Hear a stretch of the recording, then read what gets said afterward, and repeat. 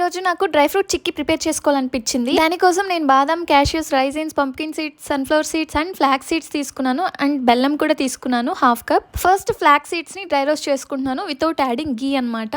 తర్వాత గీ యాడ్ చేసుకుని remaining seeds అన్నిటిని కూడా డ్రై రోస్ట్ చేసుకున్నాను. లైట్ గా అలా రోస్ట్ చేసుకుంటే సరిపోతుంది. డ్రై చేసుకున్న నట్స్ అన్నిటిని జస్ట్ మిక్సీలో పల్స్ ఇచ్చి తీసి పెట్టుకోవాలన్నమాట చల్లారిన తర్వాత. అండ్ ఇప్పుడు ప్యాన్ లోకి గీ వేసుకొని అందులోకి బెల్లం యాడ్ చేసేసుకొని కొంచెం కొంచెం వాటర్ యాడ్ చేసుకుంటూ మిక్స్ చేసుకోవాలి. తీగ పాకం వచ్చిన తర్వాత ఇందాక మిక్సీ చేసి పెట్టుకున్న అన్ని సీడ్స్ ని ఇలా ఒక్కొక్కటిగా యాడ్ చేసుకుంటూ ఇలా మిక్స్ చేసుకోవాలన్నమాట. రైజిన్స్ మాత్రం మిక్సీ పట్టిన అవసరం లేదు. స్టవ్ ఆఫ్ చేసుకుని ప్లేట్ కి గీ అప్లై చేసుకుని దీని అంతటిని ప్లేట్ లోకి వేసేసుకోవాలన్నమాట. ఇలా స్పూన్ తో ఇలా గట్టిగా ప్రెస్ చేస్తూ ఉంటే స్టిక్కీగా అయిపోతుంది ప్లేట్ కి.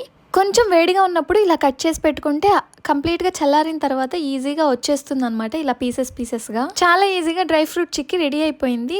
ఇందులో నువ్వుల్ని కూడా యాడ్ చేసుకుంటే ఇంకా చాలా కమ్మగా ఉంటుంది. ట్రై చేయండి. మళ్ళీ కలుద్దాం. See you.